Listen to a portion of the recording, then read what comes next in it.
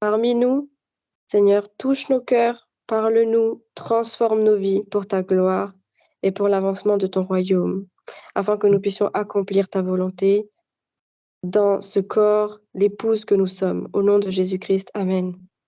Amen. Amen, amen. Donc, je ne sais pas combien de personnes sont réveillées et connectées, mais je vais en tout cas parler pour ceux qui sont réveillés et à l'écoute. Connectés non pas à la plateforme, mais connectés à l'Esprit de Dieu. Amen. Donc, je vais parler. C'est vraiment le Seigneur qui me pousse vraiment de parler. Et vraiment, je bénis Dieu parce que toutes les interventions, tout ce qui a été donné, sujet de prière, exhortation, tout va dans le même sens. Et du coup, je vois à quel point l'Esprit de Dieu est là. Dieu nous aime, en fait. Hein. Dieu nous aime. Nous sommes des privilégiés, des VIP, mais dans le positif, dans le sens où vraiment, le Seigneur est là. Les gens cherchent la première place, etc. Non, c'est pas ça, en fait. Être devant Dieu, devant sa face, devant ses pieds, devant son cœur, c'est la meilleure place, en fait, au monde entier, dans le monde. Et donc, en fait, ce soir, enfin, ce matin, hein, maintenant, il est minuit 34, le Seigneur m'a dit, voilà, tu vas parler du cœur, en fait. Tu vas parler du cœur, donc je vais prendre quelques minutes parce que je vois quand même qu'on arrive à la fin, mais le Seigneur est au contrôle. Ça prendra le temps que ça prendra. Et en tout cas, voilà, le Seigneur me mettait à cœur vraiment de parler du cœur. Et donc, il me montrait que, en fait, le cœur, c'est le noyau de la personne. Tout le monde sait un noyau, tout le monde a déjà vu un noyau, un noyau qui est à l'intérieur d'un fruit, etc. Donc, voilà, il m'a montré à quel point que le cœur, c'est le noyau de la personne. Et quel est ce noyau? Quel est l'état de ce noyau? Aujourd'hui, quel est l'état de notre noyau, en fait? Comment est notre cœur? Comment est notre cœur? C'est vraiment la question que le Seigneur nous pose ce matin. C'est quel est l'état, dans quel état est notre noyau, notre personne, notre cœur? Donc, la parole de Dieu dit dans Marc 7, versets 21 à 23, je lis la parole du Seigneur, car c'est du dedans du cœur des hommes que sortent les mauvaises pensées, les adultères, les impudicités, les meurtres, les vols, les cupidités, les méchancetés, la fraude, le dérèglement, le regard envieux, la calomnie, l'orgueil, la folie. Toutes ces choses sont mauvaises. Toutes ces choses mauvaises sortent du dedans et souillent l'homme. Notre cœur est-il souillé maintenant? Vraiment, la question que le Seigneur nous pose, c'est est-ce que c'est vraiment un moment en fait où le Seigneur nous donne ce matin-là de se sonder en fait. Quel est l'état de notre cœur? Est-ce qu'il est souillé ou est-ce que nous le souillons encore? Quel est l'état de notre cœur ce matin? Et comme la parole de Dieu dit dans Psaume 66, verset 18, Psaume 66, verset 18, si j'avais conçu, si j'avais j'arrive, j'ai attention parce que là, je suis là, j'arrive. Qu'est-ce qui est...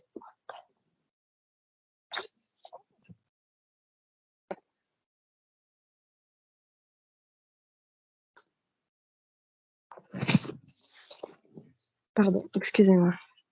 Donc, Psaume 66, verset 18. Si j'avais conçu l'iniquité dans mon cœur, le Seigneur ne m'aurait pas exaucé. Jean 9, verset 31, la parole de Dieu dit, nous savons que Dieu n'exauce point les pécheurs, mais si quelqu'un l'honore et fait sa volonté, c'est celui-là qui l'exauce. Donc, apprenons comme David à dire, vous savez, quand il a péché auprès de Bathsheba, etc., nous connaissons tous le psaume 51, mais au verset 10, quand David prie, il dit « Oh Dieu, crée en moi un cœur pur ». Et pourtant, David, c'était quelqu'un qui était oint, tout jeune. Samuel, le prophète, était venu, il avait été oint, la présence du Saint-Esprit, il y avait Goliath, tout ça, il avait traversé tout ça. Mais malgré ça, on voit qu'il y a eu ce péché-là avec Bathsheba. Oui, il y a des fois on tombe, on pêche. Mais voilà, prions, revenons devant notre papa. Et malgré tout le péché qu'on peut faire, même une femme ou quelqu'un qui se prostitue ou qui va faire l'adultère et qui va retourner voir son papa, voilà, mais un vrai papa sincère l'acceptera tel qu'il est. Ou un vrai époux sincère l'acceptera. Moi, ça m'a beaucoup touchée quand le frère Benjamin avait dit sur la plateforme une fois que même sa femme, quoi qu'elle ferait, il pardonnerait. Je me suis dit, waouh, c'est quoi ça? Et en fait, ça m'a tellement touchée. Je me dis, Seigneur, waouh, en fait, c'est un niveau de pardon qui est incompréhensible. c'est divin en fait, c'est vraiment l'amour agapé. Mm. Et quand n'importe quel péché qu'on va faire, même si on tombe, on peut pas, peut-être qu'on a honte de ce qu'on fait, mais disons, ben, nous pouvons nous dire que si je reviens vers mon papa, je reviens vers mon époux céleste, il m'acceptera tel que je suis. Et c'est ça que nous devons apprendre comme David à dire, ô Dieu, crée en moi un cœur pur, renouvelle en moi un esprit bien disposé. Et vraiment, ce que le Seigneur me mettait à cœur, c'est que Dieu cherche des cœurs sincères, des vies sincères, c'est-à-dire des cœurs en fait. Et il cherche aussi des cœurs disciplinés, ça veut dire des vies disciplinées. Une vie disciplinée, ça correspond à la chair en fait, la chair qui doit être disciplinée. Quand on Mm. parle de cœur sincère, c'est le cœur. Et le cœur discipliné, c'est la chair en fait. Alléluia. Et nous savons tous que notre corps, il est composé de l'âme, le corps et l'esprit, en fait. Donc, on est dedans, on n'est pas juste un esprit. Certes, on est un esprit supérieur. Quand les personnes ont dit de David qu'il avait un esprit supérieur, enfin, de tous ces serviteurs de Dieu, que ce soit Joseph, etc., qui étaient en prison, on voyait ils avaient un esprit supérieur. Oui, nous tous qui sommes sur cette plateforme et qui sommes connectés à l'esprit de Dieu, nous sommes des esprits supérieurs. Mais n'oublions pas, et nous savons tous que nous avons aussi une âme et un corps, en fait. Nous sommes dans un corps. Et comme la parole de Dieu dit dans Proverbe 4, 23, garde ton cœur plus que toute autre chose, car de lui viennent les sources de la vie. Et, Mm. et de la même manière que du noyau vient la vie, et ben en fait, on voit que de notre cœur, il y a la vie. Et moi, je me suis dit, Seigneur, c'est quoi le noyau? Je ne sais même pas, en fait, j'ai jamais cherché c'est quoi le noyau. Et c'est là que j'ai vu une définition comme ça. Le noyau, c'est une coque dure au centre d'un fruit, comme la pêche, l'abricot, l'avocat, tout ça. Et les noyaux ne se mangent pas, ils contiennent une graine et qui, une fois Mm. plantée, donne une nouvelle plante. Et je me suis dit, waouh, c'est magnifique. Et en Alléluia. fait, c'est notre cœur, dans notre cœur, quand la parole de Dieu dit que garde ton cœur plus que toute autre chose, car de lui viennent les sources de la vie, c'est que de Mm. ce noyau-là, il y a une source, parce que dans le noyau, il y a une graine. Et quand cette graine, elle est plantée, elle donne une nouvelle plante. Donc nous, notre cœur, bah, de lui viennent la source de la vie. Quand Dieu dit ça, on peut se dire, mais comment entretenir notre cœur? Comment? Eh ben, la parole de Dieu dit dans Psaume 119, verset 11, je serre ta parole dans mon cœur afin de ne pas pécher contre toi. C'est pas Mm. juste serrer, on peut voir des hommes, des femmes prendre la Bible, marcher dans la rue, c'est pas ça. C'est pas serrer sa Bible autour de enfin, dans ses bras ou prendre une Bible ou l'acheter ou l'avoir sur son étagère, c'est pas ça. Quand il dit je serre ta parole dans mon cœur afin de ne pas pécher contre toi, c'est quoi? Mm. C'est garder la parole de Dieu dans notre cœur, dans ce Alléluia. noyau en fait. Méditer la parole, prier. Et comme dans Josué, moi je vous dis, hein, tous ces versets, je les ai reçus comme ça pendant la veillée de prière. J'ai rien préparé, rien du tout. Mm. J'étais là, et ça coulait, ça coulait. Je me suis dit, Seigneur, c'est quoi ça? Et vraiment, je partage juste ce que j'ai reçu par la grâce de Dieu. Et comme et par rapport à ce noyau, parce que j'ai une amie aussi qui habite en France, mais qui aussi va aux Antilles des fois, et Dieu l'a mis à cœur en fait de prendre un terrain et de faire grandir en fait des ananas pour ensuite les vendre, mais cet argent-là, elle l'utilise pour l'œuvre de Dieu, et là-bas, bon voilà, bref.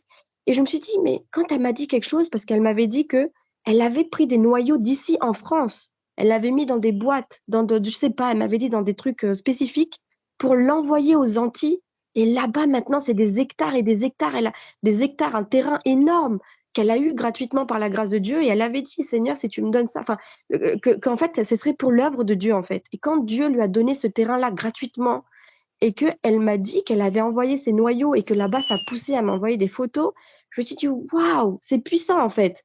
C'est puissant, en fait, hein. Je ne sais pas si vous vous rendez compte, mais des noyaux de France qu'on mange, des fruits qu'on mange, des ananas, elle garde les noyaux, elle les envoie et ça pousse là-bas.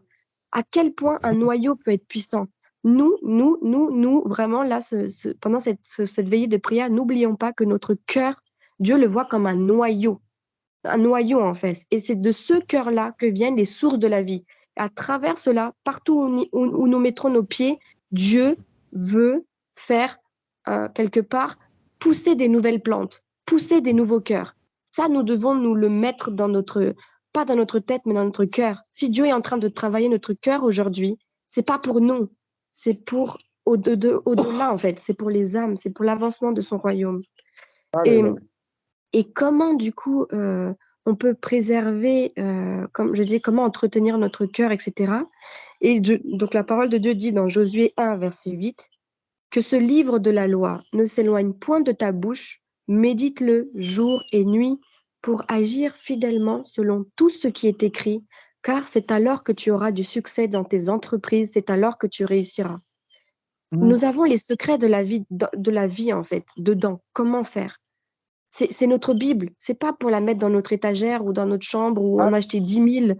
Non, c'est pour la lire, la méditer jour et nuit pour agir fidèlement selon tout ce qui est écrit, sans choisir en fait. C'est pas notre cœur ne nous appartient pas, notre vie ne nous appartient pas. Josué 1, 8, c'est vraiment la clé. C'est la clé en fait. Et même, je ne connais pas la référence, mais il y a un verset qui dit aussi voilà, que jour et nuit, coucher, réveil, on doit partager ça avec nos enfants. C'est important en fait. Et donc le noyau, c'est comme le cœur. Et le Seigneur me montrait aussi que le noyau, c'est le cœur et le fruit. Vous voyez, quand vous avez le fruit, l'abricot par exemple, il y a le noyau et il y a le fruit. Le fruit a une peau. Et la peau, c'est comme la chair. Donc en fait, le Seigneur me montrait qu'il y a un double travail en nous à faire. Il y a le travail de notre cœur et le travail de mortifier notre chair. C'est les deux, en fait. C'est vraiment ça que Dieu, ce matin-là, c'est ça sur lequel il veut mettre le point souligné, en fait, pour nous. Et comme la parole de Dieu dit dans Matthieu 26, verset 41, « Veillez et priez afin que vous ne tombiez pas dans la tentation. L'esprit est bien disposé, mais la chair est faible. » Donc, ça veut dire que oui, on peut avoir un cœur pur, on peut avoir un cœur sincère, on peut avoir un cœur discipliné. Mais la parole de Dieu dit que même si l'esprit est bien disposé, la chair est faible. Donc si même la parole de Dieu, Dieu nous le dit, faisons attention. Oui, nous sommes dans la chair. D'où l'importance de marcher constamment par l'esprit de Dieu et non la chair, afin de se préserver de la chair qui nous colle. Nous, notre corps, elle est collée à nous en fait. Et notre premier ennemi, c'est pas Satan, c'est pas les sorciers, c'est pas je sais pas qui, c'est pas ta famille, c'est pas je sais pas qui, c'est nous-mêmes en fait. Notre premier ennemi principal, c'est nous-mêmes, c'est-à-dire que c'est notre chair. Apprenons à marcher par l'esprit. Soyons sensibles à la voix de notre Créateur, notre époux céleste. Et c'est important de connaître la volonté de Dieu, d'accomplir la volonté de Dieu, d'être animé par un amour désintéressé. Une femme qui se marie avec quelqu'un parce qu'il a de l'argent, c'est faux. Quelqu'un qui va chercher Dieu pour les bénédictions, pour l'argent, pour la gloire, c'est faux. C'est pas ça que Dieu veut. Dieu ne veut pas des profiteurs. Nous-mêmes, en tant qu'humains, on veut pas une femme ou un mari ou des enfants profiteurs. On n'en veut pas. Alors, au-delà, Dieu lui-même, il cherche des cœurs vrais. Des gens qui le cherchent avec un amour désintéressé. Désintéressé, ça veut dire sans intérêt, sans rien, sans attendre rien en retour, en fait. C'est ça un vrai amour. Que Dieu nous aide vraiment à être animés par l'Esprit de Dieu. C'est notre exemple par excellence, c'est Jésus-Christ. Son cœur, il était animé par l'Esprit du Père, du Créateur. Et la parole de Dieu dit dans Jean 14, verset 6, Jésus lui dit, je suis le chemin, la vérité et la vie. Nul ne vient au Père que par moi. Ça veut dire que le chemin, c'est Jésus lui-même. Le chemin de Jésus, c'est notre chemin, en fait. Jésus, il dit, je répète, Jésus lui dit, c'est Jésus, hein, c'est Jésus-Christ qui parle. Il dit, je suis le chemin, la vérité et la vie. Nul ne vient au Père que par moi. Ça veut dire que Jésus, il est le chemin, mais il a aussi montré le chemin, en fait. Quand il est venu sur la terre, il a montré le chemin. Et le chemin de Jésus, c'est notre chemin. Ça veut dire que aujourd'hui, entendons bien avec nos oreilles et notre cœur, il n'y a pas de raccourci, il n'y a pas d'autre chemin. Notre chemin, c'est celui de Jésus. Le Saint-Esprit, moi, le Saint-Esprit, quand on était en veillée de prière en train de prier, le Saint-Esprit, il nous met à cœur, nous tous, pas maintenant, mais dans notre marche quotidienne avec le Seigneur, le Saint-Esprit nous met à cœur de lire le témoignage de Jésus, les évangiles, afin que nous puissions imiter Jésus. Imiter Jésus, parce que Jésus, c'est notre chemin, c'est notre vie. Et 1 Corinthiens 11, verset 1 dit, c'est 1 Corinthiens 11, verset 1, « Soyez mes imitateurs comme je le suis moi-même de Christ », en fait. Donc, si je ne me trompe pas, je pense que c'est Paul qui disait ça. Donc, lui-même, il disait « Soyez mes imitateurs comme je le suis moi-même de Christ ». Ça veut dire que Paul, il imitait Jésus, il imitait Christ, et il dit aux autres « Imitez-moi aussi », en fait.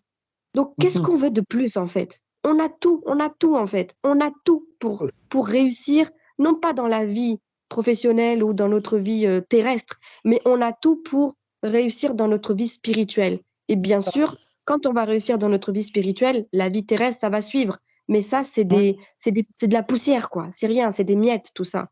Tout ce qu'on peut voir, la gloire, la sagesse, tout ça, devant Dieu, c'est des miettes, c'est rien, en fait. C'est rien. Au-delà, lui, ce qu'il veut, c'est qu'on cherche, parce il a dit lui-même, je suis venu pour donner la vie en abondance à mes enfants. Donc, il est venu pour ça, en fait. Il est venu pour ça. Mais vraiment, que Dieu nous aide à être ses imitateurs. N'oublions pas que notre vie est courte, que notre vie ne nous appartient pas. Jacques 4, verset 11 dit, vous ne savez pas ce qui arrivera demain. Non, pardon, je relis. Jacques 4, verset 14, vous qui ne savez pas ce qui arrivera demain, car qu'est-ce que votre vie? Vous êtes une vapeur qui paraît pour un peu de temps et qui ensuite disparaît. Vous savez, c'est quoi une vapeur? Quand vous faites de la cuisine et qu'il y a de la vapeur qui arrive, ça reste combien de temps? Mais quelques secondes. Quelques secondes. Notre vie, c'est ça. Il faut se le mettre dans la tête et dans son cœur. Notre vie, c'est une vapeur. C'est pas moi qui le dis, c'est la parole qui le dit. Jacques 4, 14. Vous qui ne savez pas, vous qui ne savez pas ce qui arrivera demain, car qu'est-ce que votre vie? Vous êtes une vapeur qui paraît pour un peu de temps et qui ensuite disparaît. Et Psaume 114, 144, verset 4 dit, l'homme est semblable à un souffle. Un souffle, là, vous pouvez tous souffler, c'est tout, c'est rien un souffle. Ça dure quelques secondes. Psaume 144, 4, 144, verset 4, l'homme est semblable à un souffle. Ses jours sont comme l'ombre qui passe. Une ombre, c'est rien. Un souffle, c'est rien. Donc la vraie vie, c'est quoi? C'est l'essentiel, c'est quoi? C'est Jésus-Christ de Nazareth. Donc cherchons-le. Et comme Marie, on voit, le Seigneur lui répondit, Marthe, Marthe, tu t'inquiètes et tu t'agites pour beaucoup de choses. Une seule chose est nécessaire. Marie a choisi la bonne part, qui ne le sera pas ôtée. C'est ça la vraie vie, en fait. C'est pas l'argent, le mariage, les enfants, la gloire, les hommes qui nous voient, qui nous applaudissent, ou les hommes qui nous disent bonjour ou qui parlent de nous. Non, c'est rien tout ça. C'est rien, c'est rien, c'est rien, c'est rien, c'est rien, en fait. On est poussière. C'est rien, en fait. On n'est rien, on n'est rien. Ça, il faut se le dire. On n'est rien. On est juste des hommes et des femmes qui sont des fils et des filles de Dieu qui ont été graciés. On ne le mérite même pas, en fait. Aujourd'hui, si je parle, si tu parles, si tu es là sur la plateforme, on le mérite même pas. Même pas, en fait. Mais c'est parce que c'est la grâce de Dieu, tout simplement. Donc, la vraie vie, c'est Jésus-Christ. C'est lui l'essentiel. Choisissons la bonne part. J'ai bientôt fini. Mais vraiment, une seule chose est nécessaire. Marie a choisi la bonne part qui ne lui sera point ôtée. Aujourd'hui, si nous sommes là encore à presque 1 heure du matin, c'est parce qu'on veut de Jésus. Voilà, on veut de lui. On veut de lui. Et il le sait. Il le sait, le Seigneur. Donc, il se manifestera. Je sais que moi, dans ma vie, voilà, il m'a jamais déçu. Jamais, jamais, jamais abandonné. Et je sais ça sera pareil pour nous tous. Et pour nous tous, pas que nous tous, hein. Tous ceux qui vous écouteront, ça sera pareil pour vous. Parce que quand ils vous écouteront, ils écoutent aussi Jésus, en fait. Donc, tous les hommes et les femmes qui vous écouteront, c'est des hommes et des femmes qui écoutent Jésus et qui eux-mêmes vivront cela, expérimenteront Jésus, en fait. Et jusqu'au dernier souffle, vivons pour Dieu, sondons notre vie. Et je voudrais terminer par 2 versets que vraiment le Saint-Esprit aussi m'a mis à cœur. C'est 1 Corinthiens 10, verset 31. Soit donc que vous mangiez, soit que vous buviez, soit que vous fassiez quelque autre chose, faites tout pour la gloire de Dieu. Ça veut dire que quoi que vous fassiez, si vous voyez que c'est pas pour la gloire de Dieu, ne le faites pas. Si vous avez envie de dire quelque chose et que c'est pas pour la gloire de Dieu, ne dites pas. Si vous voulez voir quelque chose et que c'est pas pour la gloire de Dieu, ne regardez pas. C'est tout simple, en fait. Même un enfant de 5 ans, il comprendra ça. C'est tout simple. Oui, ça fait mal à la chair. Bah, tant pis pour la chair, en fait. Parce qu'on n'est pas là pour vivre, pour plaire à la chair. On est là pour plaire à l'Esprit de Dieu qui habite en nous. Parce que notre corps est l'Esprit de Dieu. Et Philippiens 4, versets 8 à 9, je finirai par là, par la grâce de Dieu. Au reste, frères, que tout ce qui est vrai, tout ce qui est honorable, tout ce qui est juste, tout ce qui est... Pardon, je reprends le verset. Je relis par la grâce de Dieu. Philippiens 4, versets 8 et 9. Au reste, frères, que tout ce qui est vrai, tout ce qui est honorable, tout ce qui est juste, tout ce qui est pur, tout ce qui est aimable, tout ce qui mérite l'approbation, ce qui est vertueux et digne de louange, soit l'objet de vos pensées. Et ce que vous avez appris, reçu et entendu de moi, et ce que vous avez vu en moi, pratiquez-le, et le Dieu de paix sera avec vous. Amen. Donc nous ne sommes pas appelés à parler de ce qu'on... Parce que des fois, on est là, des fois, quand on ne marche pas par l'esprit, que quelqu'un va nous appeler, on est là, on discute, on parle, on parle, on parle, on parle, on parle. Je sais pas, on parle, mais pour rien en fait, des fois. On se dit, oh mince, on a parlé, je sais pas combien d'heures, mais pour rien. Mais non, en fait, c'est pas pour ça qu'on est là sur Terre. C'est bien de parler, mais ce que Dieu veut, c'est ça là. Philippiens 4, versets 8, 9. Il faut que toutes nos pensées, nos paroles, nos actes et tout ça, parce que quand Dieu parle des pensées, parce que c'est pas moi qui le dis, hein, c'est la parole de Dieu, quand il dit que tout ce qui est vrai, tout ce qui est honorable, etc., soit l'objet de vos pensées, c'est très profond en fait. Parce que quand nos pensées baigne dans ces choses-là, bah forcément, ton regard, tes paroles, ta vie sera tournée vers les choses vraies, vers les choses honorables, vers les choses justes, vers les choses pures, vers les choses aimables, tout ce qui mérite l'approbation, etc. Et voilà, c'est ça en fait, c'est la clé. Donc vraiment, c'est ça que le Seigneur, que c'est ce que j'ai reçu en tout cas pendant cette veillée de prière. Je le donne parce que la vie ne m'appartient pas. Voilà, Alléluia. le souffle ne m'appartient pas. Et on ne sait pas. Aujourd'hui, on est là sur la plateforme, on ne sait pas, on ne sait pas, on ne sait pas ce qui peut nous arriver demain. Dieu sait, Dieu seul sait. Et tout pour la gloire de Dieu. Tout sera pour la gloire de Dieu. Tout ce qu'on Amen. reçoit, on le donne. Je suis là, je le donne par la grâce, par la grâce. Si Dieu me l'a donné pendant cette veillée de prière et qu'il m'a dit partage ça maintenant, pendant la veillée, je le fais, j'obéis par la grâce de Dieu. Donc en tout cas, que Dieu bénisse sa parole et que que le nom de Dieu soit glorifié et que Dieu transforme nos vies. Et que je pense que voilà, Dieu a touché notre cœur, le noyau de notre Amen. cœur. Et je pense que toutes ces paroles que Dieu a données ce matin porteront ses fruits par la grâce de Dieu. Amen.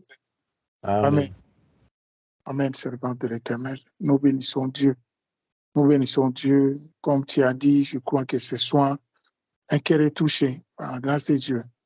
Voilà. Avec